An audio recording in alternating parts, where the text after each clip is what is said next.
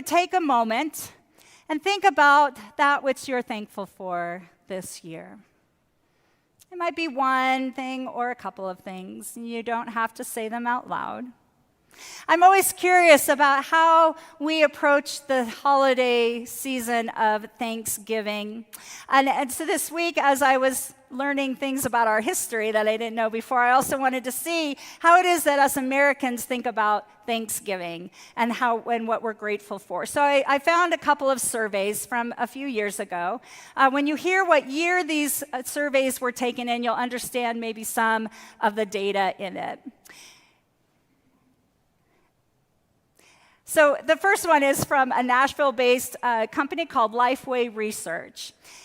This was taken in the year 2020, so November 2020. We know what was going on, right?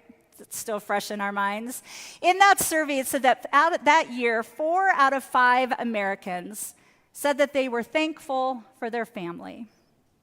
Also, a majority of Americans were thankful for their health, for their friends, and for memories. More than 60% answered that.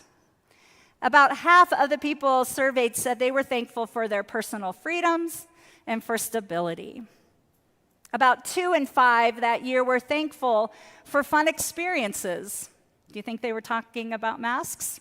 I'm not sure. They were also about 2 in 5 thankful for new opportunities, like maybe social distancing. I don't know. A third of Americans that year spent Thanksgiving being grateful for their achievements, while 1 in 5 expressed thankfulness for their wealth. Then I found another survey that was taken in 2023, and this was through an organization called YouGov. It's an international online research, data, and analytics technology group, and they gather data from all over the world and then offer that research to institutions, governments, businesses, so that they can make decisions about the global world and what's going on. And so in 2023, this is what Americans were thankful for. 2 in 5 mentioned being thankful for family. What happened between 2020 and 2023? Like, we went from 4 in 5 people being thankful for family to just 2 in 5. I'm not sure what was happening there. 1/3 of folks listed their health and the health of their families and friends as a reason to be grateful. About 1 in 5 were simply glad to be alive and for another year. 2% expressed being thankful for COVID-19 vaccines. Interesting. About 1 in 12 Americans, or 8%, in 2023 were thankful for their financial circumstances, and 7% said they were thankful for their faith, for God, or their ability to attend church. It does seem that from year to year, that list of what we're thankful for changes. Maybe things in our life changes, circumstances in the world around us change, and it changes our perspective. From year to year, we may go from being very grateful, understanding that what we have before us is a blessing or a gift, and then some years thinking, how are we ever going to make it? Is God even on our side? This is the human experience. It's also Thanksgiving time, and that list of what we're grateful for tends to be these individual lists, like what we have, like me, what I have right now. I mean, we live in an individualistic society where we think about our own experiences, our own lives. Today, this psalm, I think, invites us to think broader. The fact is that this Psalm 107 comes to us out of the exile experience. It is a song of community. And to be reminded, the exile was a time when the people of Israel, God's people, had been taken into Babylon.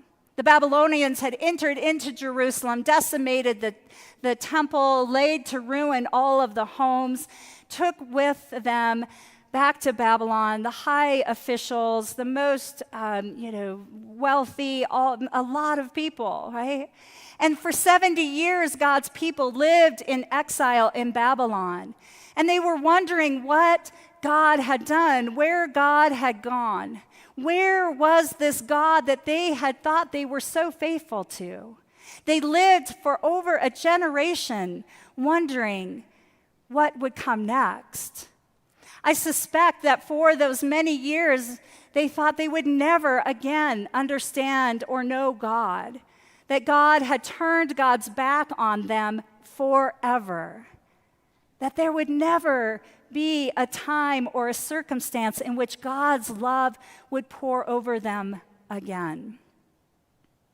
But when God then went to work in King Cyrus and allowed the Israelites to return to Jerusalem, there might have been some hope. But I always think it's good for us to try to imagine what that journey was like. And I think it's very hard for us today in 21st century experiences, because if I was going to journey from a far away place to another destination, I would jump on a plane, or I would get in my car. Maybe some of you would take a train to go a long distance.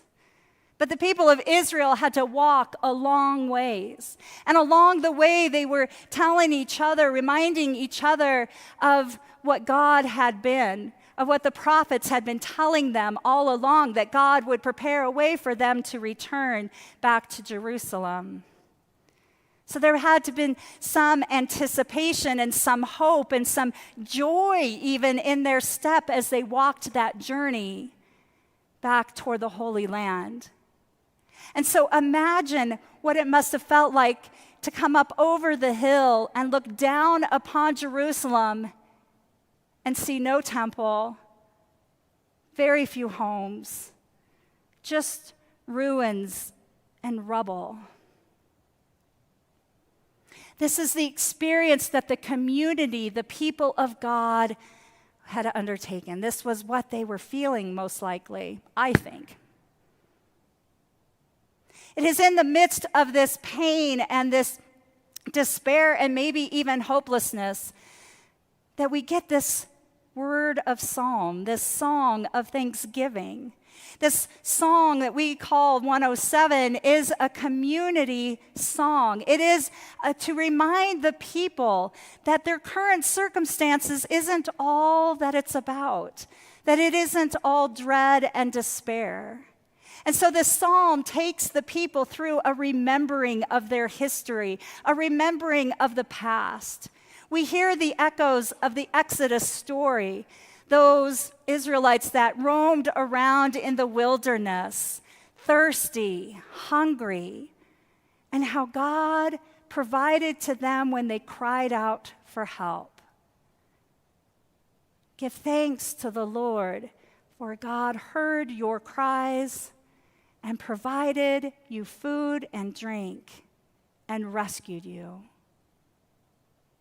We hear the echoes of those times before the exile when the leaders of God's people were making alliances with countries that did not have God's will in mind. We hear about those actions of the people that denigrated the immigrants and the widows and the orphans, that didn't follow the path that God had laid. They didn't take God's advice, instead tried to forge their own path. And they went into exile, and yet they cried out to God, and God heard them in despair and rescued them, gathering back from the north and the south and the east and the west. We hear the echoes of the past in this psalm, to remind the people not what they had done, but to remind them of how God was ever present with them and rescued them. I do think it is a good thing in this week of Thanksgiving that we look at what we have, that we see the blessings that we enjoy, and that we credit God for all of this goodness that He has given to us. And yet at the same time, it is, according to the psalm, a time for us to remember what God has done for us how God has brought us through those times when we were searching, when we were longing for a good word, when we were hoping for some peace, when we were longing and thirsting. And it was God who came to our rescue. It is good for us to remember and be thankful for the ways in which God has forgiven us, because we don't always choose God's way. We don't always listen to God's advice. It is good for us to be reminded that we are faithful people, and while we are in awe of God's creation and all that is good, there are times when storms arise. Snowstorms, hailstorms, hurricanes. And that even in the times of those troubling trials, we don't have to be afraid, for God rescues us and brings us through it. This psalm is not just a psalm for the people to remember where they're at and what they have, but to remember what God has done. That God is the Redeemer always and forever. The Hebrew word that shows up in this song often and in many psalms is the word chesed. It is the Hebrew word that means kindness, God's kindness. Yet it is not just like how we're kind to each other, sharing a smile with one another, shaking a hand, offering a word of peace. But this chesed of God, it goes beyond, above and beyond anything we can imagine. That God would choose to stay in relationship with humanity and love us and continue to woo us, to continue to love on us and bring us into community. That's God's loving kindness.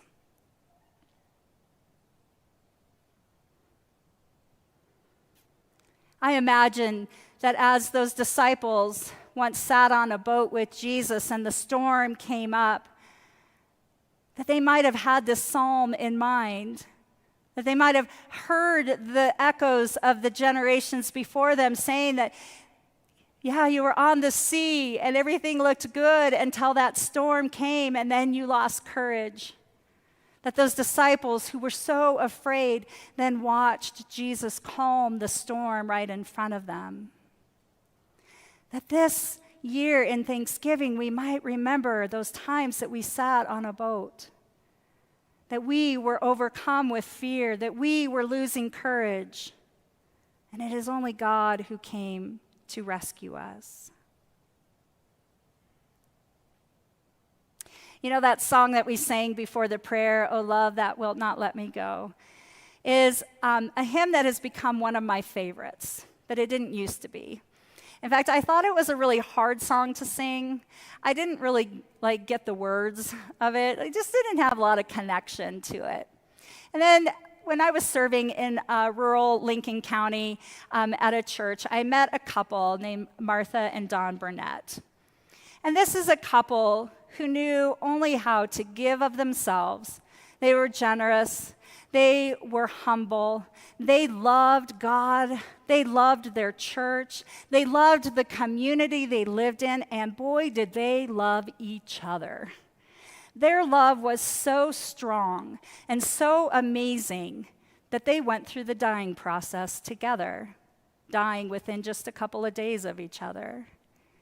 And it was my kind of habit that as I walked with parishioners who were in the active process of dying, that I would go and play a piano and sing some of their favorite hymns.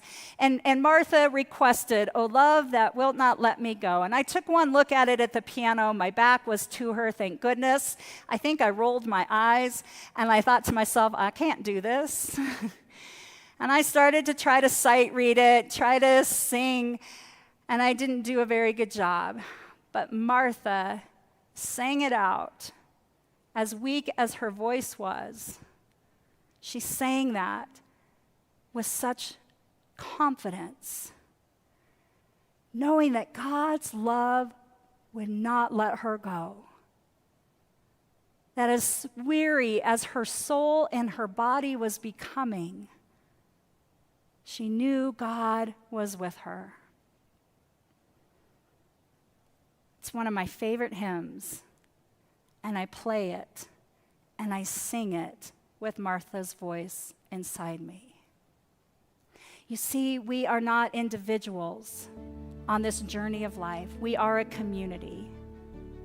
Together, we go through despair. Together, we go through hope. Together, we move into the future, knowing that God has been with us always, that God has redeemed us, that God's loving kindness, hesed, love, is steadfast and enduring and will never leave us.